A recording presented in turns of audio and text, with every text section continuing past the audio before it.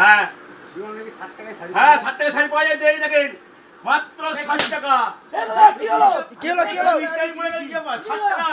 এনে কত কিনেছেন এই শাড়ি? 200 টাকা দাদা দিয়ে। মিষ্টি 200 টাকায়? পড়ে গেছে তো দাদা। জামাই মিষ্টি আইটা পড়ে গেলাম।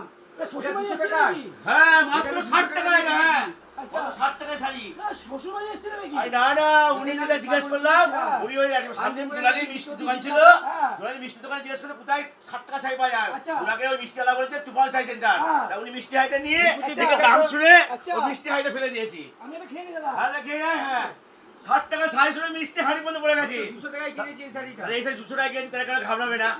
ও হো তাই? হ্যাঁ তুফান শাড়ি মানে একটা ধামাকা। তো বুঝতে পারছেন এখানে 200 টাকা কিনেছেন এই শাড়ি আপনারা? 200 টাকায় কিনেছি আমি। আরে এই শাড়ি 200 টাকা কিনেছে, ওই মিষ্টি দোকান পাঠিয়ে দাদা, দুলালি মিষ্টি মিষ্টি দোকান দোকান কিনে তাই তো? আপনি নষ্ট করে হ্যাঁ। দিল। বিখ্যাত বিখ্যাত শুনে মিষ্টি দোকান কিনে এসে শাড়ি শুনে মিষ্টি হাইটাই পড়ে গেল। যা। আচ্ছা আপনি কোনো চিন্তা করবেন না, আপনি মালদারকে 60 টাকা 70 টাকা 80 টাকা বিভিন্ন রকমের মাল আছে, এখানে আসেন দেখেন, দেখেন এটা হচ্ছে 90 টাকা। দাদা দাদা এবার দেখা এবার দেখা